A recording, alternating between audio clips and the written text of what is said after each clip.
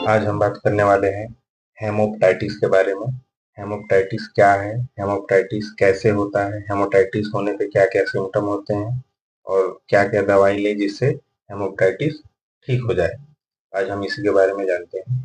देखिए, हेमोपेटाइटिस जिसे हिंदी में हम बलगम में खून आना बोलते हैं, जैसे किसी के बलगम में खून आ रहा हो, उसे हेमोपेटाइटिस बोलते हैं। यह खाँसी के साथ-साथ थोड़े से अमाउंट में या ज़्यादा में बलगम के साथ-साथ खून आता है। इस कंडीशन को हम हेमोपेटाइटिस बोलते हैं। यह होता क्यों है? कई बार एक्यूट ब्रोंकाइटिस होने की वजह से हो सकता है। उसके साथ-साथ क्रोनिक ऑब्स्ट्रक्टिव पल्मोनरी डिजीज़ की वजह से भी होता है। कंजेशन हार्ट फेलियर खासकर मिट्रल से स्टेनोस इन्फ्लेमेटरी की वजह से भी यह होता है। लंग्स में एब्सेस की वजह से होता है।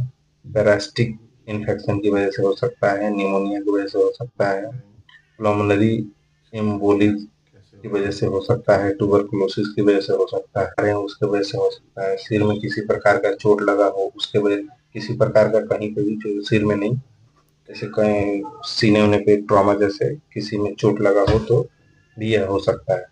इसके जो सिम्पटम्स हैं वो मैं आपको बता देता हूँ। यह मैंने आपको बताया था कि किस वजह से होता है, अब मैं आपको सिम्पटम बता रहा हूँ। सिम्पटम खांसी के साथ साथ ब्लड आता है, सीने में दर्द होती है, वजन कम होता है, बुखार आने लगती है और सांस लेने में दिक्कत होती है, रात में पसीना आने लगता है। ये सब परेशानी होती है। इसके अलावा भी अलग अलग लोगों को अलग अलग समस्या देखने को मिलती है। अब इसमें जो दवाइयाँ होती है वो मैं आपको बता देता हूँ। हेमोपेटाइटिस के कई सारे कारण और भी हो सकते हैं, लेकिन इसका प्रॉपर ट्रीटमेंट के लिए पहले जांच की जरूरी पड़ती है कंफर्म करने के लिए कि किस वजह से यह हो रहा है। अगर मान लीजिए हेमोपेटाइटिस में ब्लड की मात्रा जो ब्लडिंग रोकने के लिए जो दवाइयाँ दी जाती है वो मैं बताऊंगा, लेकिन इससे पहले आपको मैं कुछ टेस्ट बता देता हूँ। वो आप करवाने के बाद ही ये दवाई चलेगी। जैसे सीबीसी की जांच हो गई, एक्सरे कराना होता है, बलगम की भी जांच करानी होती है, ये देखने के लिए कि ये परेशानी टीबी की वजह से है कि इन्फेक्शन की वजह से है या किसी और वजह से।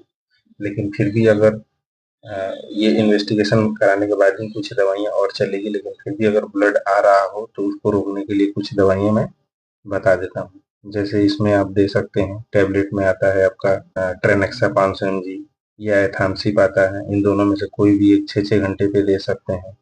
उसके साथ साथ लिम्सी गोली देनी होती है, सुबह शाम एक एक गोली। च्यूएबल टैबलेट होती है जो चूसने पे ठीक हो जाता है। अगर ब्लड ज़्यादा आ रहा हो तो इंजेक्शन भी ट्रेनेक्सा का इंजेक्शन लगानी पड़ती है मांसपेशियों में, और या नसों के जरिए भी इसको लगा सकते हैं। उसके साथ साथ कैल्शियम ग्लूकोनेट का इंजेक्शन लगाने से आराम हो जाता है। साथ में खांसी अगर आ रही है तो उसके लिए एलेक्स सिरप दे सकते हैं, जो दिन भर में 3 बार देने से आराम हो जाएगा। इसके अलावा कई बार इंजेक्शन की जरूरत पड़ती है, जिसमें मोनोसेट एसवी इंजेक्शन लगाने से आराम हो जाता है। वो सुबह शाम लगाई जाती है और यह परेशानी ठीक हो जाती है। धन्यवाद।